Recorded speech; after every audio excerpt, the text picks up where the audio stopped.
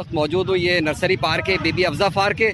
और ईद के दोनों दिन जो है यहाँ पर बड़ा रश था और आज जो है इस पार्क को बंद कर दिया गया और बहुत सारे लोग आपने देखा होगा कि बाहर भी खड़े हुए।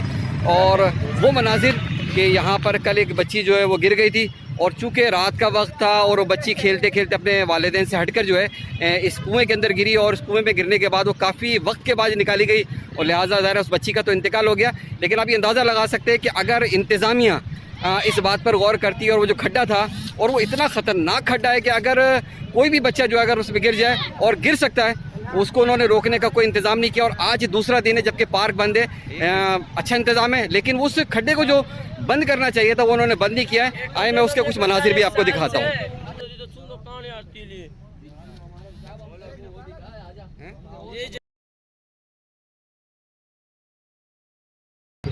यहाँ पर जो है ना ये हादसा हुआ है कि जो है ना यहाँ पर बच्ची के घर वाले वो सामने बैठे हुए थे, फैमिली के साथ जो आया था वो सामने बैठे हुए थे और जो है ना बच्ची वहाँ पर जो है ना खेलने गया फुटबॉल के साथ, जो है ना अपना फुटबॉल को लेने गया था बच्ची बच्चा। बाकी आप देख सकते हैं कि आपका बड़ी मेहरबानी होगी तो पार्क में अभी ना है, आप आएंगे तो आपके लिए भी खतरा हो सकता है। बच्ची को कब निकाला था? 3:30 बजे के करीब। अच्छा, तो बच्ची तो फिर इसका तो इंतकाल हो गया होगा ना? बच्ची की उम्र कितनी थी? 5 साल। अब ये देख सकते हैं कि ये है इतना बड़ा जो है ये पूरा के पूरा जो है ये कुआं तो नहीं है बल्कि ख़तरनाक किस्म का नाला है। और ज़ाहिर है बच्ची जब इसके अंदर गिरेगी तो कहाँ बचेगी जो है।